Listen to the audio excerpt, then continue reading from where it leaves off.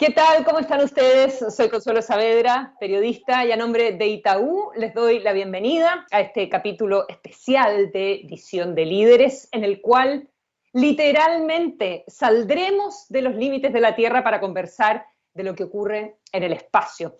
Hace 2 años que Itaú asumió el compromiso de compartir con ustedes información de calidad y conversaciones con grandes personalidades y expertos en diferentes áreas. Antes de presentar a nuestra invitada, quiero agradecer a nombre de Itaú a todos los suscriptores de sus redes sociales, de sus canales, a todas las personas que nos acompañan, por supuesto, a través de YouTube y de LinkedIn. Los invito a sumarse a las redes sociales de Itaú Chile para que no se pierdan todas las novedades que se vienen este año. Bueno, hoy tendremos el honor de conversar con una mujer que ha viajado, no una, ha viajado 3 veces al espacio, y no solo eso, porque Catherine Coleman, o Katie, como le gusta que la llamen, pasó 6 meses viviendo en el espacio, en la Estación Espacial Internacional. Como ex astronauta de la NASA y también coronel de la Fuerza Aérea de Estados Unidos, ha colaborado con diferentes medios de comunicación, por ejemplo, durante el lanzamiento de SpaceX y del aterrizaje del Perseverance Mars Rover. Investigadora para el MIT Media Lab, también ha realizado charlas TED y entrenó a la famosa actriz Sandra Bullock para su personaje protagónico en la película Gravity. Y hoy conversamos con ella desde su casa en Massachusetts. Thank you so much, Katie, for being with us. So nice to meet you. It's so nice to meet you too. I've been very excited about talking together. Well, same here. So let's start with the very beginning, of course. Did you always want to be an astronaut? You must have been, I don't know, maybe 8 or 9 when we went to the moon. Was that a defining moment in your childhood? Well, a little bit, because my mother woke up my brother to watch the moon landing and not me. How come? But we were at our grandparents' house, and so we're sleeping on the big couch. And so when she woke him up, I woke up too. And I remember when we watched it, and it was just amazing. But even despite that, and despite the fact that my dad himself is an explorer, when you think of I was born in 1960, so in these days, you don't see many pictures or videos or news about women explorers. And so even with that background, it didn't occur to me to be an astronaut until I was in college. Oh, so very, very late in life. It wasn't this idea of, oh, what do you want to be when you grow up? It wasn't like that necessarily. Exactly. Well, I think partly because I just didn't see anybody else doing that. I mean, some people, they don't need that. But for me, I see things, I go, oh, maybe I could do that. And that's how I felt. Sally Ride came to MIT and spoke. And it wasn't that I thought, oh, if she can do that, I can do that. But really, I looked at her and I thought, wow, she seems just like me, but she did these things. So maybe I could try. Mm-hmm. And how was that process? How hard is it to, become an astronaut and enter NASA and all that? Well, now these days, it depends what kind of astronaut, right? Because different people are going to space. But to be an astronaut for the US government, it takes filling out an application where I will say it's tough. And now when they ask if anyone wants to be an astronaut, like 18,000 people apply, a lot of people. Back when I applied in 1992, there were not so many people, just a few thousand. So I felt lucky. But I like to tell, all of the, kids and teenagers out there, when you're asking for a job, when you're saying, I'd like to help you with what you're doing, it's really interesting to me. You have to find a way to express to people who you are and what you bring to the team. And it's actually the same for the astronaut program. I thought, what can I tell them about that would tell them that I maybe could do this with them, and what's missing, what should I make sure I go and do and show myself and also show them. And you were a student at MIT, and then, I mean, we're talking here a chemistry degree and then a PhD at Amherst, so it's not just anybody applying here. So that's also part of the game. No, but an interesting thing is that, officially when I applied, the requirement was to have a bachelor's degree, a regular university degree in something technical, and 3 years of experience. Think of how many people around the earth, meet those qualifications. And I think the message there is that, you're more qualified than you think. And I think that it works the other way around too. When people find out that, when I'm sitting on a plane, and my son is now grown up, but I used to commute, and so I'd be on a plane with a 2-year-old, and figuring out how to make all that work and not bother everybody. And unless I have this jacket on, no one thinks, hey, she might be an astronaut. But when they find out that like this regular person who does regular things is also an astronaut, I think that it sends a message to people that whatever their dream job is, maybe as a regular person, they can get that job too. Well, tell us about the first time you went to space. Could you describe how it was? When did that happen? How it felt? It was especially amazing. I think going to space is amazing, but in our case, we had some bad luck. And over 30 days, over a whole month, we had the launch postponed 7 times. And so when we actually put our spacesuits on, climbed in the shuttle, got all strapped in, we're laying on our backs, and those solid rocket engines light, those boosters light. It was so unbelievable, because I think a part of us inside, you think, maybe this isn't really ever going to happen, And so on my first mission, it was a science mission. We were 5 rookies, first time in space, and 2 experienced people, and we were like hooting and hollering, whoa! And the commander said, settle down. But we could still see, I had a mirror on my knee, because we're like actually back on our backs, right? And so the window is up over my head, and I can't really see it with the helmet, but I can look down at a mirror and see up the window, and you could see the blue sky turning black and the clouds going, so fast, and just this feeling underneath you that these engines were so powerful, they were never going to stop until you got to space. It was the most amazing thing. And then suddenly being up there and getting to look out the window and seeing, that curve of the Earth, and it's clear that you're in a spaceship. And I felt like I was home. Wow, really? I did. I think that when people say, oh, you're going to space, and I actually thought it would be like I'm here on Earth, I'm going to space, and it's going to be somewhere else. And then when I got there, I still feel like the same person. I look back, I see everybody else, back on Earth, but we're still connected, we're still human. And so I really felt like, our world is just bigger than we thought. And I don't know if you've ever thought that, Consuelo, where, you go someplace new you've never seen, and you realize like it was always there. You just hadn't been there yet. Well, yeah, it's when you mentioned that it felt like home is such a special feeling, because sometimes you go to a place and I belong here. And sometimes you don't feel that connection. And it's also, it's there, but is it there if nobody has seen it? So what does really exist? And so all these philosophical questions and thoughts probably come to an astronaut's mind. I think so. And I think also that, I don't know, when I go someplace amazing, I want to tell people about it, and I wish they were there.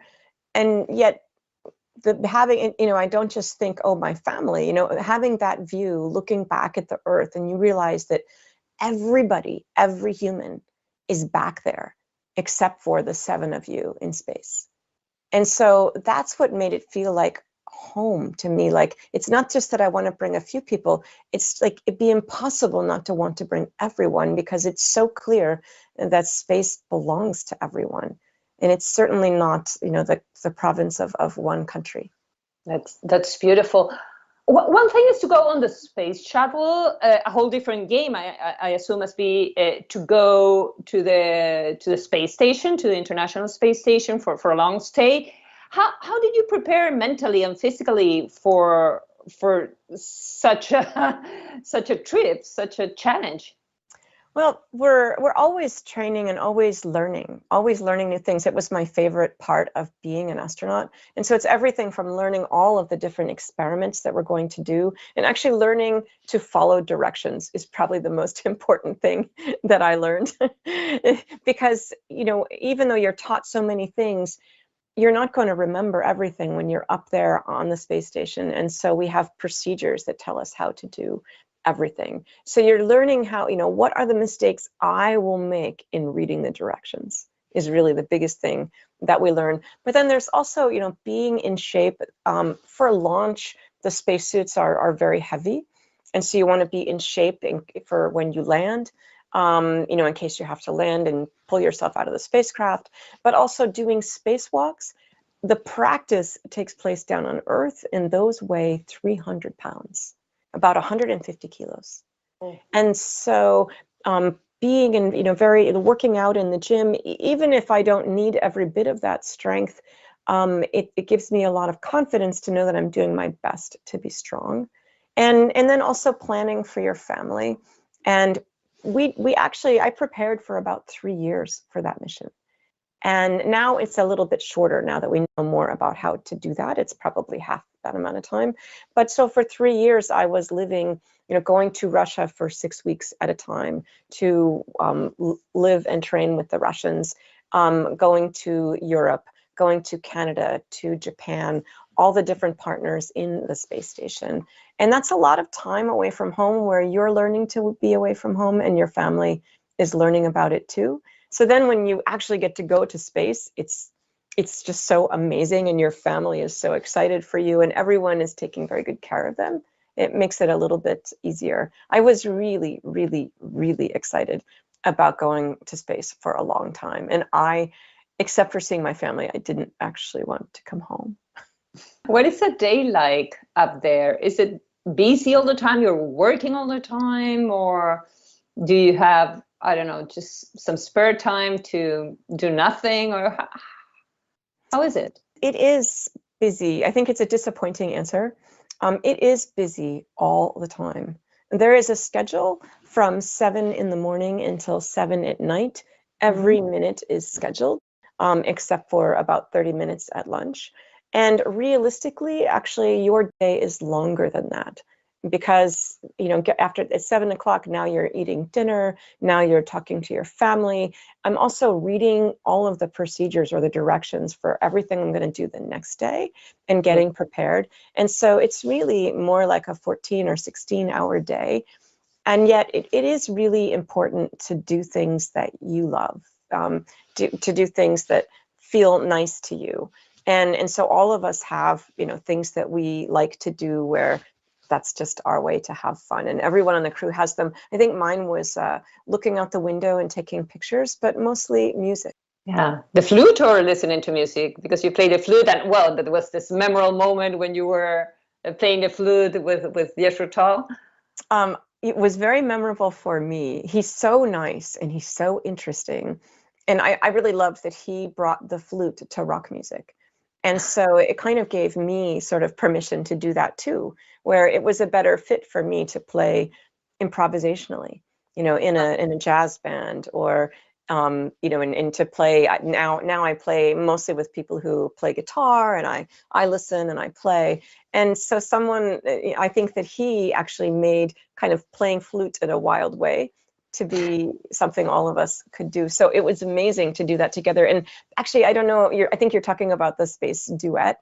And it was really amazing that was the very first time for that when we played together was the 50th anniversary of human spaceflight, when Yuri Gagarin from Russia launched from the Earth, the first human to leave the Earth, and came home again safely that day. April 12th of 2011. That's the day that Ian Anderson was playing a concert in Russia. I was on the space station, and we were together. That's amazing. You were mentioning that one of your the things that you like to do up there was like taking pictures, and so one forgets that I mean the space station orbits the Earth how many times? 15 times? 16 times every day. That's incredible. So every hour and a half. Every hour. Wow. And so, we're actually going around the Earth like in a circle, like we're our orbit doesn't change, but the Earth is turning every day. Like my fist is the Earth. And so, for example, you could be going over the, east coast of South America, and now you're in the middle, and now, an hour and a half later than that, you're on the west coast. And actually, South America was always very beautiful to see from space. And I'm not just saying that, but every place around the Earth, even though they might be like maybe the same color, they're different textures. And South America is this very distinct texture where that those are South American mountains because they're a little more sort of craggy, and it's really beautiful there to look down. How is it gravity? Well, microgravity, is it as fun as it looks, or does it get, I don't know, uncomfortable at a certain point?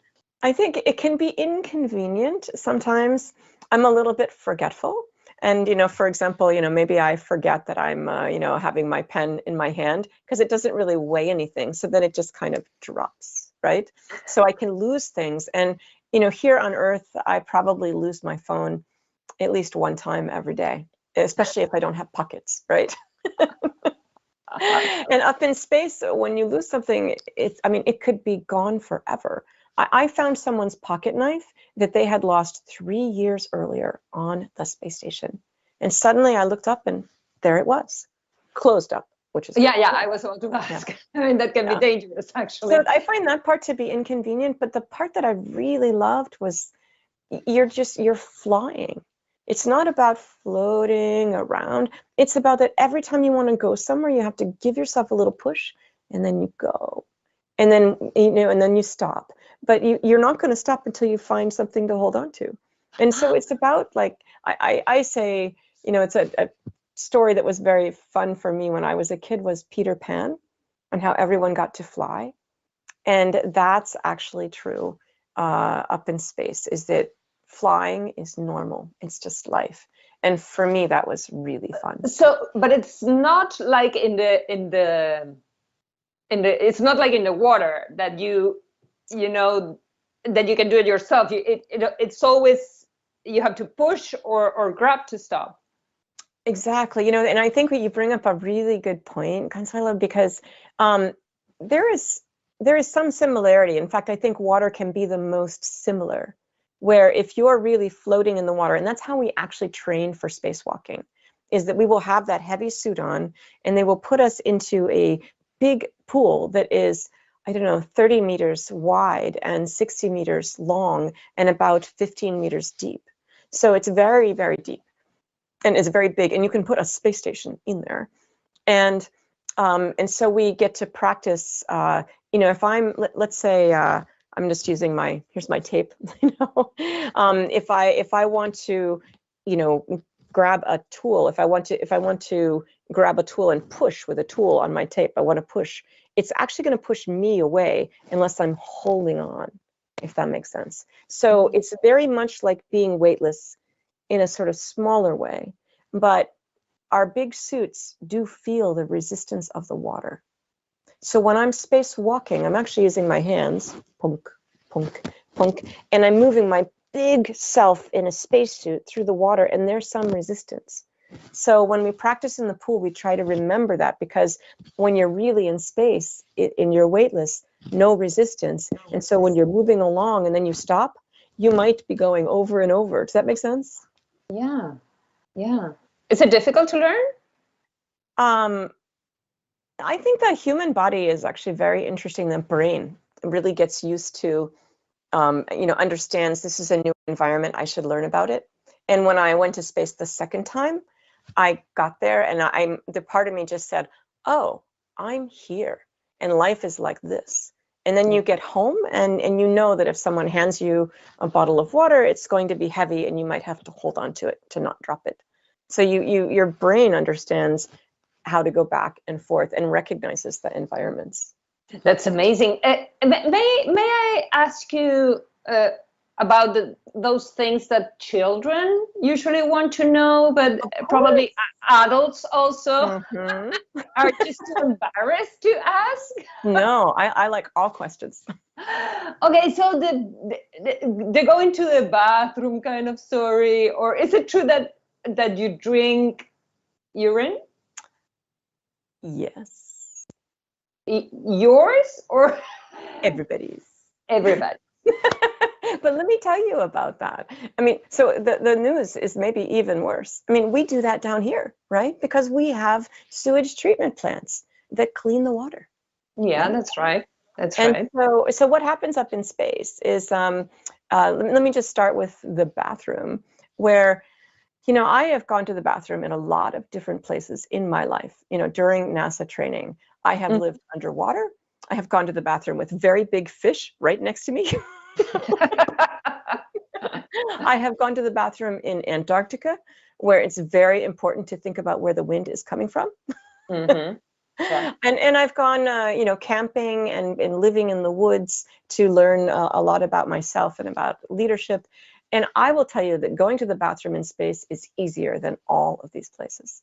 And that's because, you know, we're weightless and it's not hard to like be in the right place. We have what looks like a toilet. It's only about this big.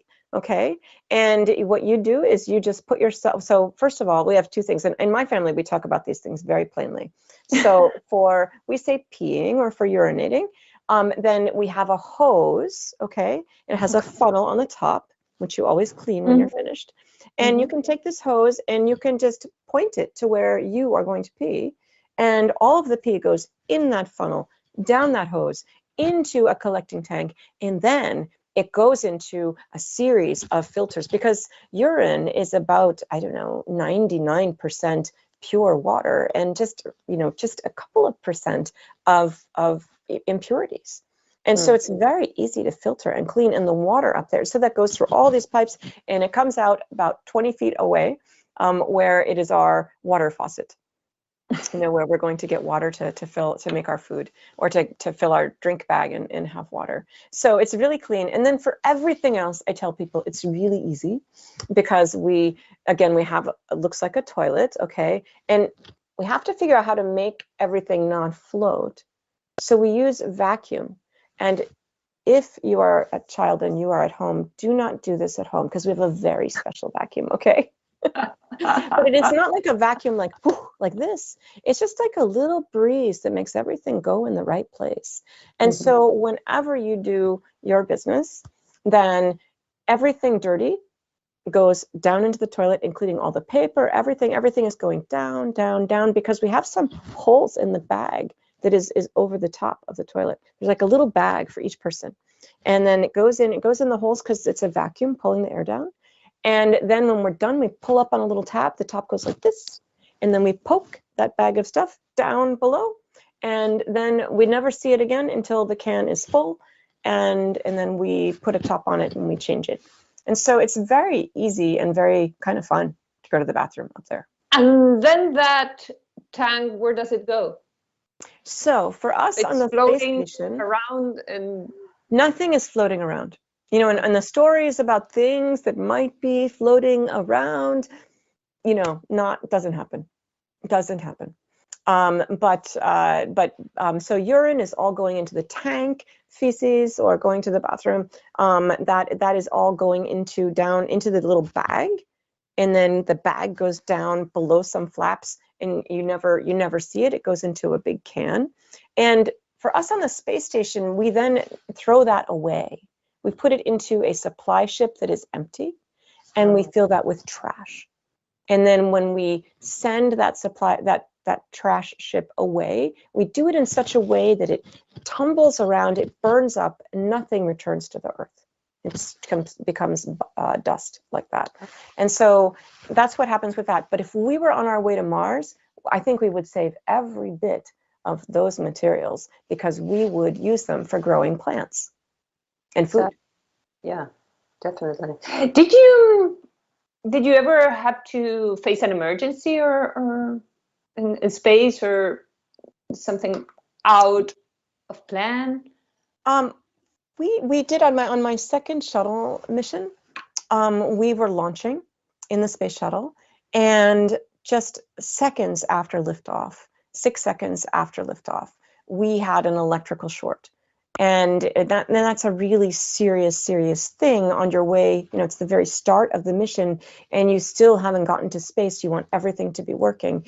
And my first thought was, oh, we know how to do that. We just practiced that last week. You know, we're going to make sure we don't have any more problems with the power. We're going to make sure that we really save all of the things to do with our engines, that only the engines are using power. And then when we get up to space in about 8.5 minutes, that's when we will see figuring out the rest of the problem. But it's an interesting feeling, you know, especially at launch when it's really so very critical that everything go right. But I distinctly remember just thinking, wow, we know how to do this. And there was even a time on the space station where I'd maybe been there for 1 week. So I'm still very new on the space station. And I used to, and so what happened was a big alarm rang in the middle of the night, our night. And all of us, you know, wake up out of our cabins. It's almost like a school of fish. We all go down the lab, and we're looking, and then we all gather, all 6 of us, at the same computer, and we look. And Scott Kelly was on my crew, and he looks at us, he goes, oh, it's a huge big box out on the truss, meaning there's something important has broken, and we are going to get to go outside and fix it. Yes. And then down on the ground, they call up and they said, hey, we lost that big thing out there on the truss, but don't worry, we have parallel power, we have parallel data, we're just going to switch things around, you can go back to bed. Oh, disappointment. But you know, but that's because we practice, you know, we practice on the ground, we practice all those things. And even though, like, you know, let's say we practiced having a fire or something like that, we know there's not really a fire back on Earth, right? But people are watching, you're getting graded. And if you're not doing well as a crew, we know that we're going to be in trouble. So we have the pressure in a different way. A quienes se están sumando a este programa especial y espacial de Visión de Líderes, les cuento que estamos conversando con Katie Coleman, ex astronauta de la NASA, con quien ya revisamos parte de su historia, de las experiencias por las que ha atravesado en el espacio, pero ella misma nombró recién lo que significa ser parte de un equipo, el trabajo de un equipo, de la tripulación, ¿verdad? Y queremos preguntarle ¿qué aprendizajes tiene sobre la formación de equipos y el tipo de liderazgo que se requiere? So, Katie, you were just mentioning teamwork, the crew, right? So, when in space, you cannot run away. Definitely, mistakes are costly, very dangerous. So, how do you build a productive relationship with a team that I'm assuming is very diverse? I think that the answer for us is actually quite simple, and that is that it's all about the mission. And there's something that at least but I know my crewmates feel as well. You know, when we're up there and you're looking at the schedule and you know that if you don't do something that needs done, or you don't make sure that one of your crewmates is able to do it, that you know, you're going to lose part of the mission, and that the mission is more important than whether you wish each other were different people or acted differently. And there's sort of a myth that maybe they pick special people, like, oh, this person will do very well with this person, and wouldn't that be great? This person, that person. There's no time for that. There's not enough people, really. You know, it's different countries, it's different astronauts, and you know, it's really, you know, whose turn is it? It's very complicated, and so we are all professionals and we will make it work. But that doesn't mean that it's easy. And I think that what we do is we focus on the mission, and it helps us keep those other things in perspective.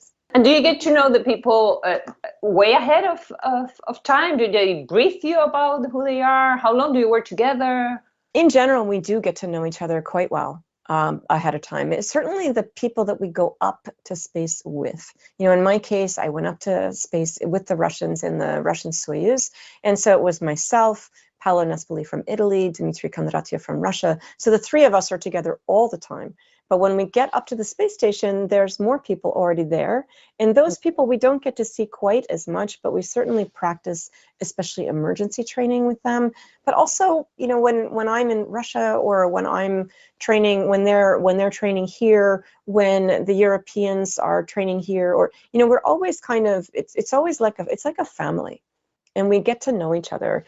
And I find that it's actually that getting to know each other that provides like the webbing, the net that kind of draws us together, because we have a little bit of a relationship, even if it's just to tease each other. I say, okay, so I'm late. You know, you guys know I'm late always.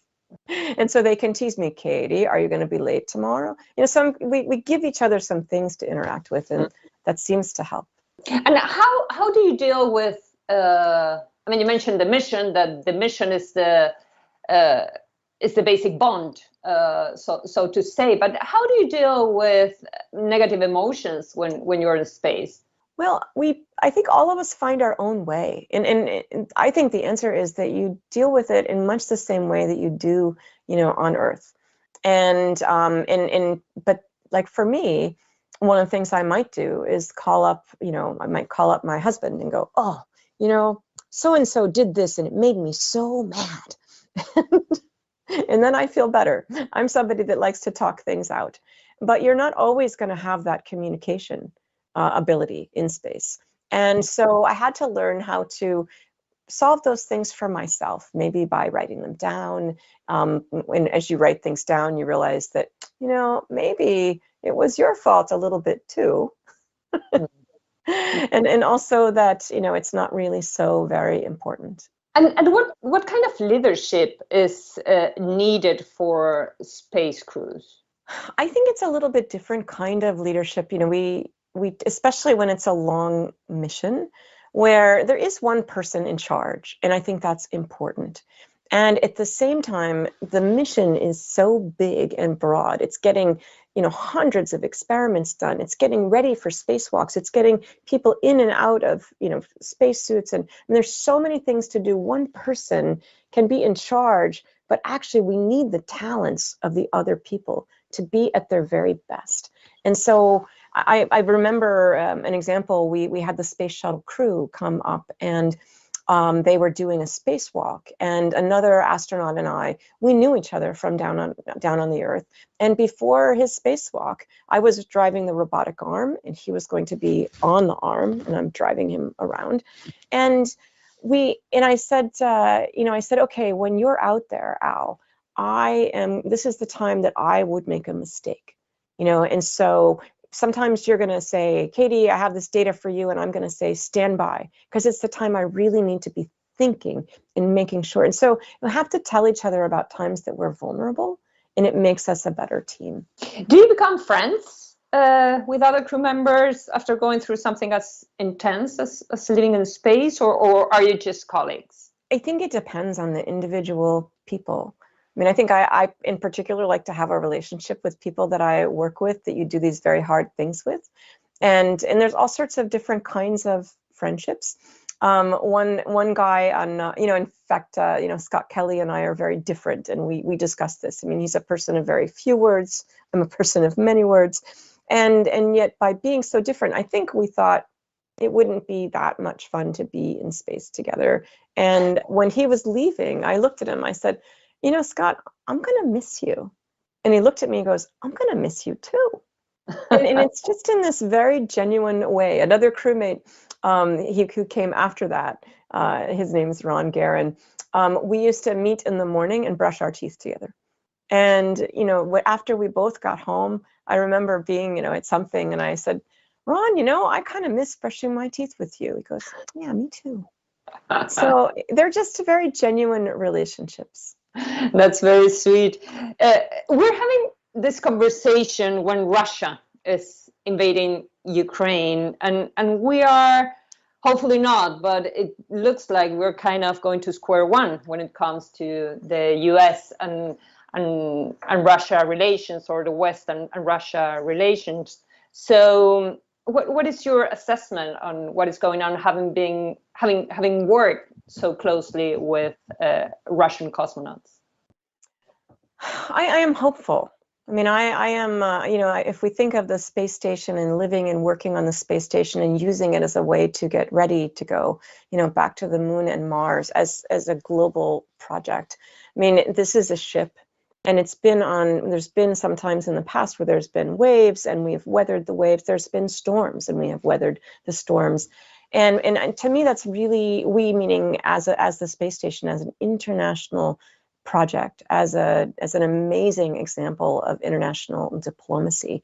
And what it shows me, and what I've seen in my many years of being with the space program, is that that it is individual people joining together and each finding a way to work together and understand what the others are doing. There's the agreements at the geopolitical level, and yet I'm sent to Russia to figure out with my Russian colleague, what are we going to label in English on the space station? And we find a way to work together.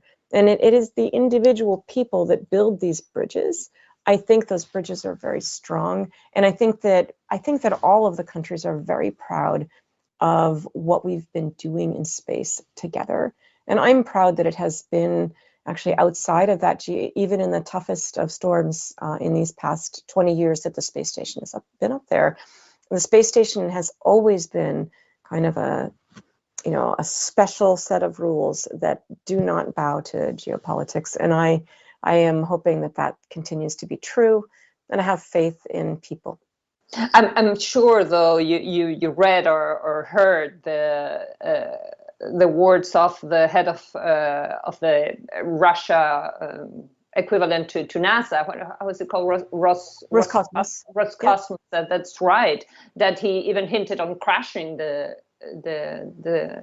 International Space Station. I guess in looking back over the times,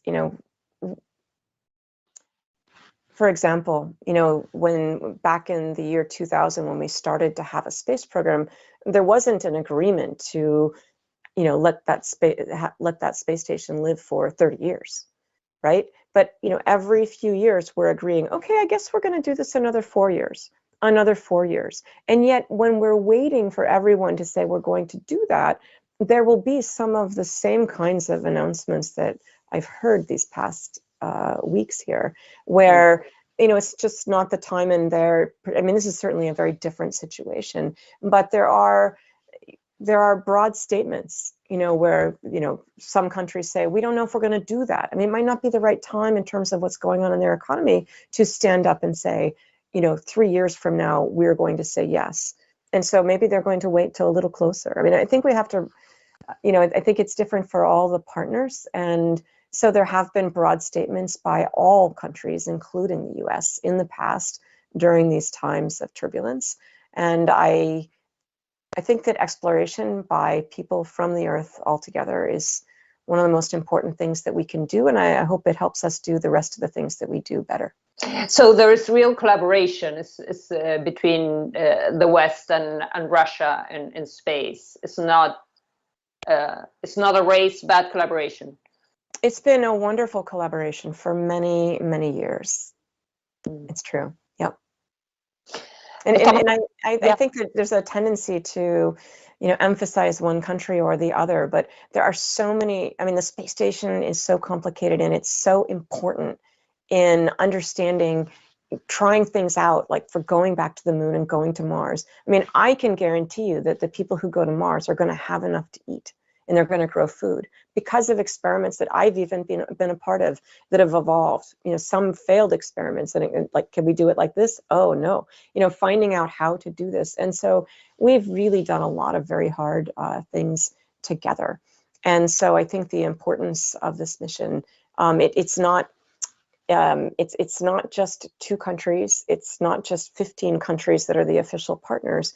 There is contributions from countries all over the world, and they are pivotal contributions. And so I think we should remember how many people are really working to explore our universe together. Estamos conversando con la ex astronauta Katie Coleman sobre su experiencia de trabajo y de vida en el espacio, una experiencia que la ha llevado también por caminos insospechados, inesperados, quizás, como por ejemplo asesorar a estrellas de Hollywood. Katie, can you tell us about Sandra Bullock? about you work with Hollywood, helping her to become Rhinestone in the movie Gravity. What did you teach her, and did you like the movie? I loved the movie, actually. I'm somebody that it's not, for me, as long as the physics isn't just distracting. What I loved about the movie is, in this movie, it was in the beginning of having such amazing graphics. And, having been to space and having looked out at the Earth and seen the view, what I felt like that movie did for us was not only did they show everyone on Earth the view, or everyone who watched the movie, but I think they also shared what it felt like to have that view. And so I really liked being a part. I mean, there were many physics things which were completely incorrect. These space stations, we can't go back and forth between all these different space stations. They're in very different orbits, right? But but it was very fun to be. My little brother actually met Sandra Bullock's brother-in-law. Uh-huh. And he said, "Do you think your sister would talk to Sandy? She's making this movie about space." And it turned into a great morale project for our whole crew, where I'm up there with 5 guys, and my brother said, "My sister's been up there for a couple months with 5 guys. I think she'd talk to any woman, and I think she'll talk to Sandra Bullock." So you were up there? Yes. Oh, So it was a great morale project because, we had her cell number. Still, of course. But and she's working really hard, so we would just call, and we finally had a connection where we could understand what she really wanted to know, and then we each thought about our answers to that, and we sent her a series of audio tapes and emails. And the guys would kind of joke around because I was the main person calling, and it would be very hard to get hold of her. And they're like, it's not really fair. Like, we have only you here in space, and you have Sandra Bullock. But you didn't get George Clooney's cell phone number, did you?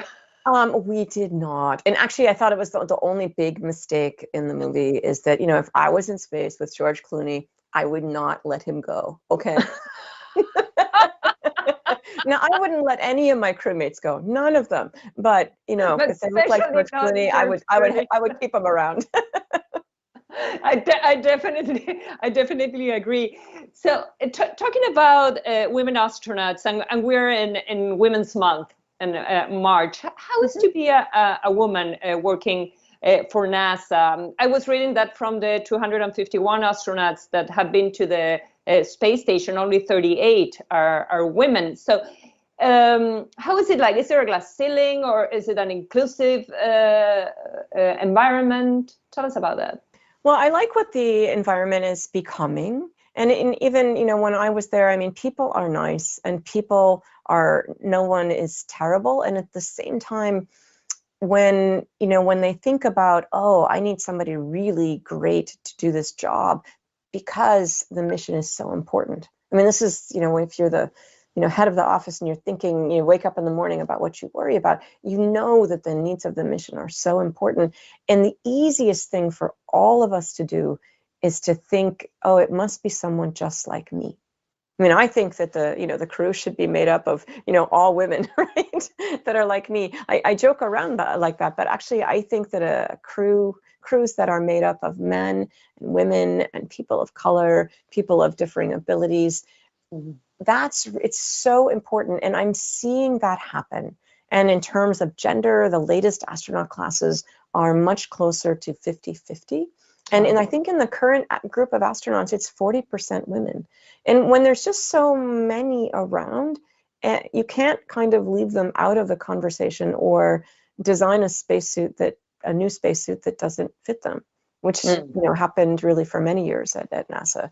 So I'm encouraged, and at the same time, I think that every time, you know, I really work hard to help make sure that things in the media include women, that there's not ever, you know, sort of images of space that don't include different people that everyone can identify with.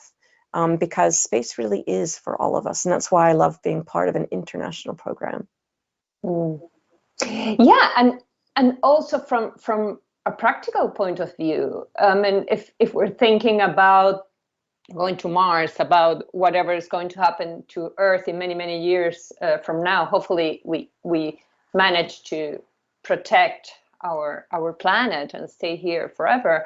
But it's very important also to know how women's body, you know, react in space, what happen to you physically. I mean, you also have to do the science with women. You are so right, Consuela. And, you know, even down here on Earth, you know, in terms of women and the way cars are designed, seat belts, headrests. I mean, these, you know, the average anatomical design is designed for men. And when we look at drug testing and what drugs will be made, I mean, a lot of them are, you know, we're just beginning to do more and more research on you know, heart disease for women, where a lot of the drugs have been optimized for men. And so I think it's interesting to look, you know, I always think looking back in history, we learn and then we try to go forward in a better way.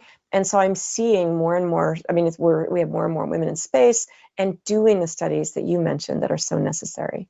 I also want to talk with you about COVID and quarantines and isolation, because for the last 2 years, we all have gone through that experience everywhere, long periods in our own spaceships, so to say, isolated from the rest of the world. So how did that feel for you? Were there parallels with your experience in space? There are definitely parallels, and I'm regretful that so many people around the Earth had to understand the way our world is up in space so well. You know, I think that's it's incredibly parallel, where, you know, we're up in space, we can't do everything that we want to do, we can't talk to everybody we want to talk to or see them, and we can't touch them, right? I mean, except for the people right there.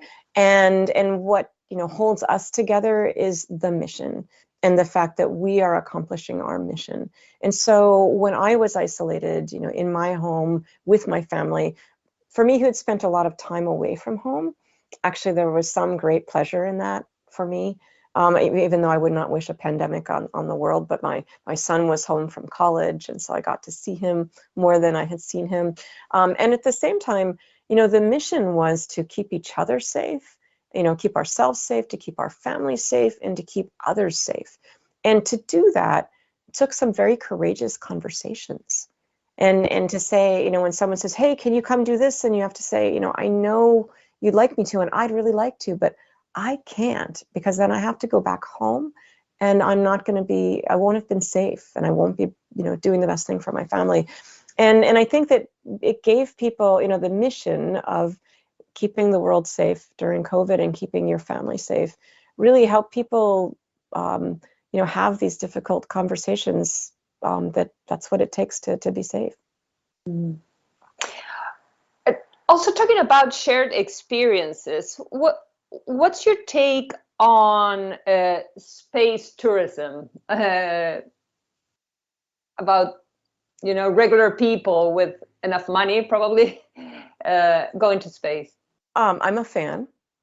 I mean, it's an amazing place, and the more people that we can get up there, into orbit up there, where they can go up there with their own point of view, and most importantly, bring that point of view home and do some work with it. And I would encourage people to listen to the news carefully. You know, it's very easy to talk about the billionaires, but the picture that, I mean, my point of view is actually a bit different, which is that I think that each of us has our own kind of jigsaw puzzle or puzzle that we are good at solving and we are good at gathering our resources for. And these people, Jeff Bezos, Richard Branson, Elon Musk, each of them is good at a different kind of jigsaw puzzle. And each of them is, I think, paving the way to space for all of us in their own way. And so, and it's not always about buying a ticket. And if you look closely at the launches, they're trying to make sure that, all of us are seeing different people that we can relate to. On the last Blue Origin launch was the first transgender astronaut. We've seen people of color, we've seen women, and I'll say not enough, okay, of either one, but look for the story under the story, and if you get to do something amazing and wonderful, like go to space or have an opportunity, bring some other people with you. I think that that's really the key. And so I've been really excited about having the family of people who have seen this view. And when you see this view, you realize when you go back home, it's not about space, it's about Earth.